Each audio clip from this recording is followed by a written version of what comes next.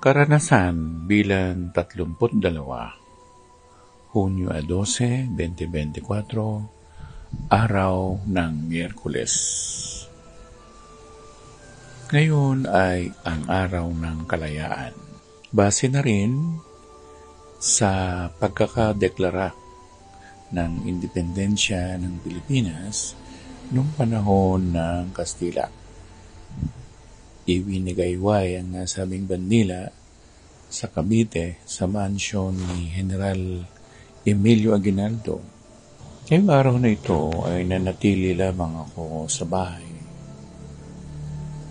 Namasyal si Label, si Cielo, ang misis ko at ang dalawang pamangkin ni Gerson. Nagpahinga lamang ako dahil sunod-sunod ang schedule ko.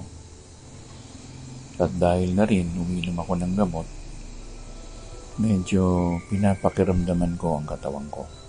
Minsan, masarap din palang manatili sa loob ng bahay nang walang ginagawa. O nagmumuni-muni, binabalikan ang nagdaan. O binabaybay ang papuntang hinaharap. Dahil na rin, inaayos ko yung mga itatanim kong mga bulaklak.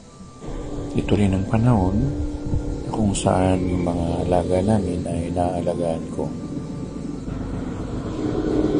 Pero binabantayan ko pa rin ang sitwasyon ko dahil gusto na nga ng urologist na operahan ako ulit.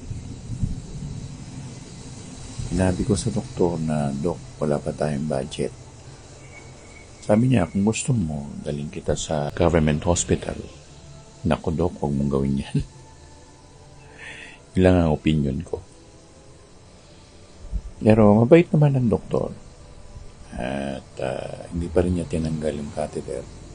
1 buwan daw itong catheter na ito sa akin. Kaya kayong mga bata, lalo na nasa edad ng 30-40, ingatan ninyo yung kalusugan. Kasi lalo na yung mga naninigarilyo, yung mga umiinom ng alak, yung mga nagpupuyat, yung very stressful ang buhay, medyo maglaylo kayo dyan. Kasi hindi natin alam kung hanggang kailan bibigay ang ating physical na katawan. Ako maaaring masabi ko na inabuso ko ang katawan ko nung kabataan pa. Mahilig din ako mag-gym. Hindi ako masyado sa basketball. Meron pang ibang mga laro na gusto kong gawin pero hindi naman natin gagampanan kagaya ng golf. Ang golf, maganda rin sports yan. At panahon din para makipag-socialize. May mga ka-chat, may mga kausap sa internet. At sana nga, isang araw, sa pagbabalik lumipas ng mga nangyari sa buhay ko, ay maging bahagi kayong lahat ng buhay ko sa pagkukwento kong ito.